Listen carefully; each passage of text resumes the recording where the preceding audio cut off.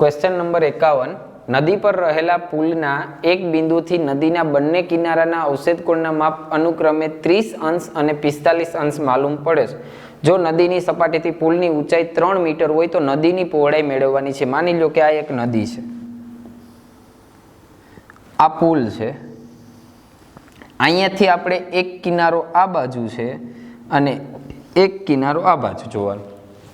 તો એક ખૂણાનું માપ તમને અવક્ષેપ કોણ એટલે ઉપરથી જોવાનું થાય તો 30 અને એક ખૂણો માલુમ પડે 45 અને નદીથી પુલની ઊંચાઈ એટલે કે આ 3 મીટર છે. તો નદીની પહોળાઈ એટલે આ મેળવવાનું છે.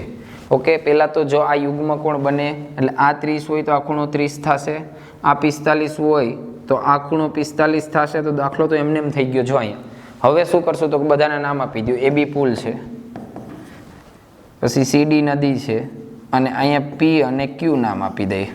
ઓકે, આ પ્રમાણે હવે બધામાં મૂકતા જાય. તો કે આપણે શું કરવાનું છે તો કે નદીની પહોળાઈ એટલે આ માપ જોઈએ. જો ડાયરેક્ટ ન ખબર પડે તો આ કટકાને એક્સ કહી દો, આ કટકાને વાય કહી દો અને પછી બેને ભેગા કરી દેશું. તો આપણે પહેલાં એક્સ અને વાયને અલગ અલગ મેળવવા જાય. જેટલું પણ આમાં દેખાય નહીં બધાને પહેલાં લખવાનું. દાખલો 4 માર્કની અંદર છે એટલે બધું લખવું પડે કે એ બી નદી છે, સીડી નદી છે, એ બી પુલની લંબાઈ છે, પી ક્યુ નદીની ઊંચાઈ છે, અવક્ષેપ કોણ 30 છે, પછી આ યુગ્મ કોણ બને છે એ તો નામ લખી દો કે ચાલો ખૂણો બી ક્યુ ડી બરાબર તમને 30 આપ્યા તો એના જ બરાબર ખૂણો ક્યુ ડી પી થાય. શું કામ તો કે એ બે યુગ્મ કોણ છે, આવું લખવાનું. પછી અહીંયા પણ એવું એ ક્યુ સી ખૂણો એ ક્યુ સી બરાબર 45 માટે ખૂણો ક્યુ સી પી પણ 45 થાય. શું કામ તો કે એ યુગ્મ કોણ છે. હવે ચાલો એક પછી એક વસ્તુ મૂકતા જઈએ. તો કે અહીંયા પહેલા લખો tan 45. તો tan 45 બરાબર ખૂણાની સામેની બાજુ થશે પી ક્યુ ના છેદમાં એની પાસેની બાજુ થશે સીપી.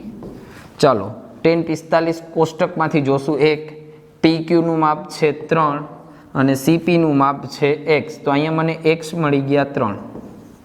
ઓકે, હવે આગળ વધીએ. બીજું મૂકીએ tan 30 લઈએ અહીંયા બાજુમાં જ કે tan 30. તો ખૂણાની સામેની બાજુ થશે પી ક્યુ છેદમાં એની પાસેની બાજુ થશે પી ડી. tan 30 થશે 1/√3. પી ક્યુ થશે 3 અને પી ડી થશે વાય. તો મને વાય મળી ગયા 3√3. આપણે જોઈએ નદીની પહોળાઈ. નદીની પહોળાઈ એટલે x વત્તા વાય. તો અહીં લખવાનું નદીની પહોળાઈ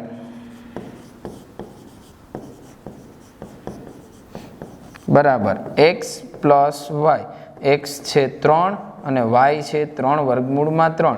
બેમાંથી 3 કોમન કાઢી લ્યો તો 1 + √3 મીટર. આન્સર આવી ગયો.